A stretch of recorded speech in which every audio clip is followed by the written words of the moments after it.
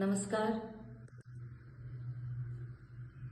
હવે આ જે ભાજપ સરકાર છે એમનું માનસિક સંતુલન ખોવાઈ ગયું છે, કેમ કે એમના જે મોટા મોટા કૌભાંડો છે ને, અને ચેતરભાઈએ જે કાઢેલા, તો હવે ચેતરભાઈને જેલમાં મૂકી રાખવા માટે એ લોકો કેવા કેવા ષડયંત્ર રચે છે। આ સરકાર જે ગાંધીનગરમાં બેઠી છે એ ભૂલી ગઈ છે કે એમને જનતાએ કેમ ચૂંટીને મોકલ્યું છે। એના જનતાના કામો કરે છે, ફક્ત એમને કૌભાંડો કરતા આવડે છે।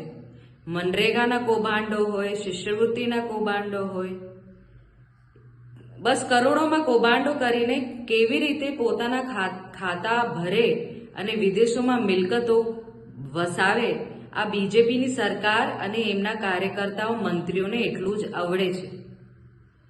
ચેતરભાઈની જામીન ના થાય એવી રીતે કંઈ ના કંઈ ષડયંત્ર વિચારતા રહે છે।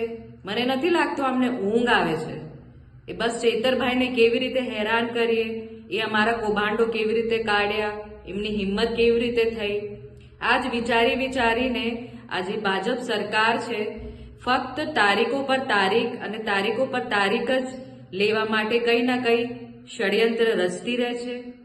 અને અમારા ચેતરભાઈ જે અમારા આદિવાસી સમાજના આગેવાન છે, એ અમારા આદિવાસીના હકની લડાઈ કરે છે।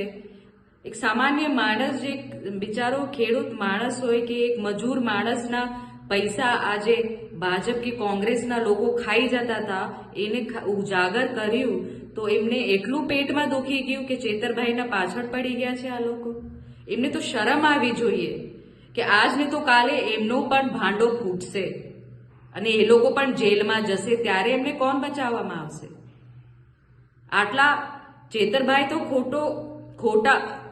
તો ખોટી રીતે ગુનો ના કર્યું હોય અને એવી રીતે એમને જેલમાં પૂરવામાં આવ્યું છે, ખોટા કેસીસ કરેલા છે।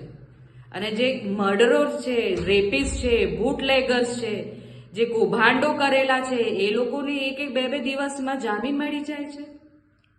આ કેવું ન્યાયતંત્ર છે? તો આ ન્યાયતંત્રના ખિલાફ આ સમાજ ઉઠે।